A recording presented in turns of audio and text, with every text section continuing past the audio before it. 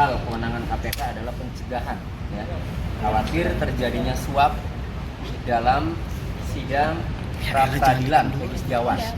Kenapa kami sampaikan surat minta KPK agar mengawasi, memonitor aparat penegak hukum yang terlibat dalam proses persidangan pra peradilan Peggy Setiawan ini, karena kami penasihat hukum Peggy Setiawan sangat yakin bahwa Peggy Setiawan itu bukanlah pelakunya, tidak terlibat dalam peristiwa pembunuhan Eki dan Ina.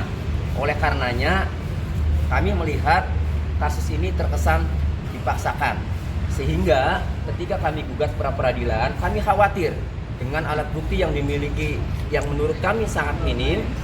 Kami khawatir hakim menolak, ya, klien kami, pra peradilannya atau pra peradilan dari kami khawatir, ya, sehingga kalau hakim menolak dengan alat bukti yang minim seolah-olah penetapan tersangka itu sah, maka kami khawatir ada suap menyuap, ya, di proses pra peradilan ini.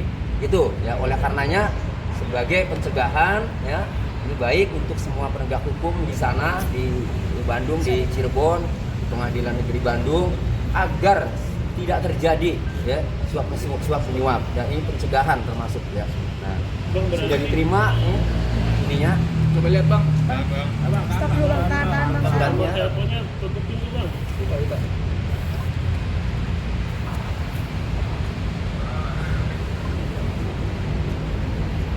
Tanggapan dari pihak KPK-nya gimana, Bang? Oke. Sini, Bang, kesini. Liatin Sudah? dulu. Kan jadi Oh, ini udah. nggak ada kejadian korupsinya, baru cuma dugaan kemungkinan atau prediksi untuk mencegah doang. Nggak ada transaksi yang terjadi dari pas peradilan itu. Ya, baik, sekalian menanggapi bagaimana tanggapannya, ya. Tadi tanggapan dari petugas tetap betul menanyakan dugaan, potensinya, indikasinya. Nah, nanti akan kami update. Jadi kami bersurat ini baru mencegah agar tidak terjadi tindak pidana suap menyuap, ya. Tetapi, ya, kami juga punya alasan-alasan. Nanti akan kami update, ya, ke petugas mengenai yang lebih mendalam apa sih, sehingga kami meminta agar KPK ini mengawasi, ya. Itu. Jadi untuk sementara, ya, memang kami minta agar mengawasi, mencegah aparat penegak hukum yang terlibat dalam proses peradilan ini. Siapa saja sih aparat hukum yang terlibat dalam proses peradilan ini?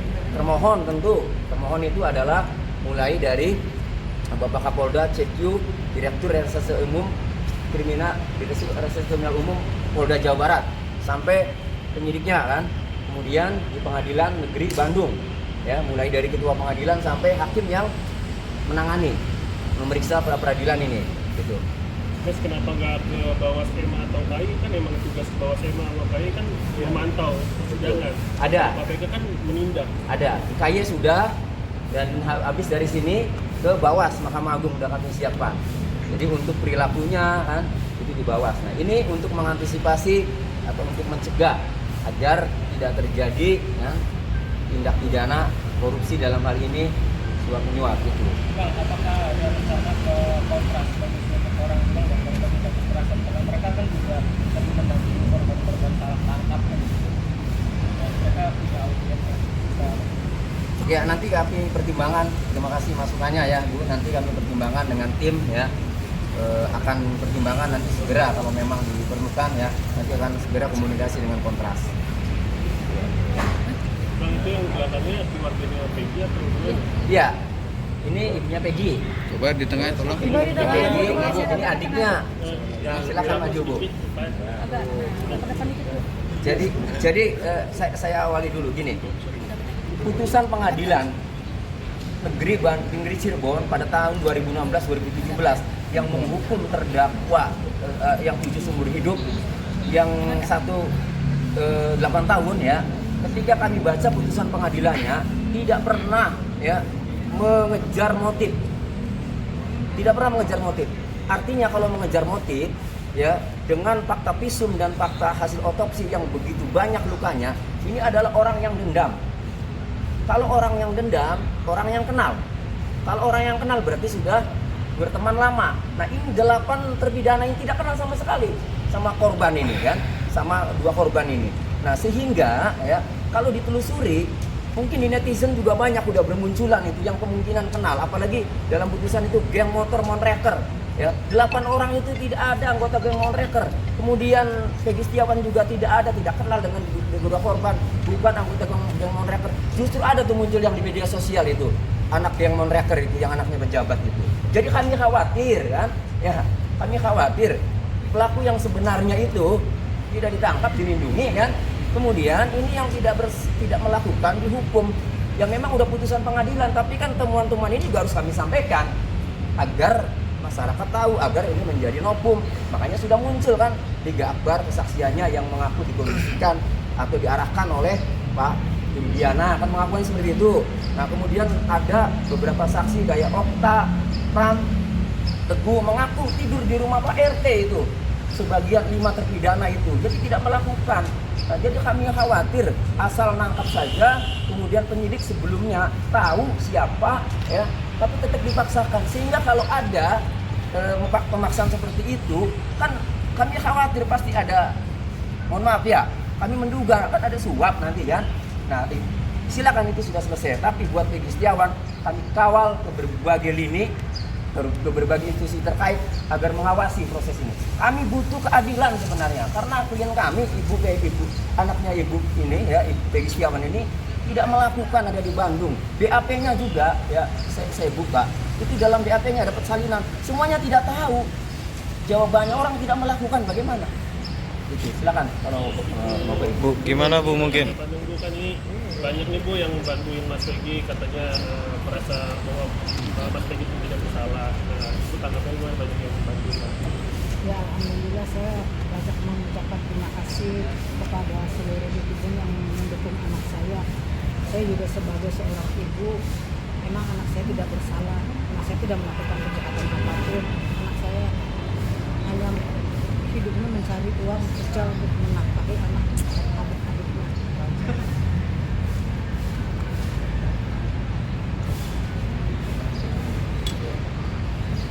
Itu kemarin katanya mau ada sejumlah tes, salah satunya tes kebohongan. Kalau dari keluarga itu gimana Bu? Mau nggak Bu sih? Peggy itu mau nggak sih melakukan tes kebohongan? Silakan Ibu Yanti. Nah, yang mendampingi Ibu nih. Oh sebenarnya ada kebohongan itu tidak terjadi. Rambut. Bu izin maaf ke depan. Tes atau lie detector itu tidak dilakukan, hanya ada tes psikologi. Kami pun dari tim kuasa hukum mau menolak, karena memang kami menduga bahwa ini tes dilakukan dikarenakan pihak Polda Jabar masih kurang, bukti-bukti yang mereka miliki masih kurang, artinya kan mereka harus melakukan tes psikologi.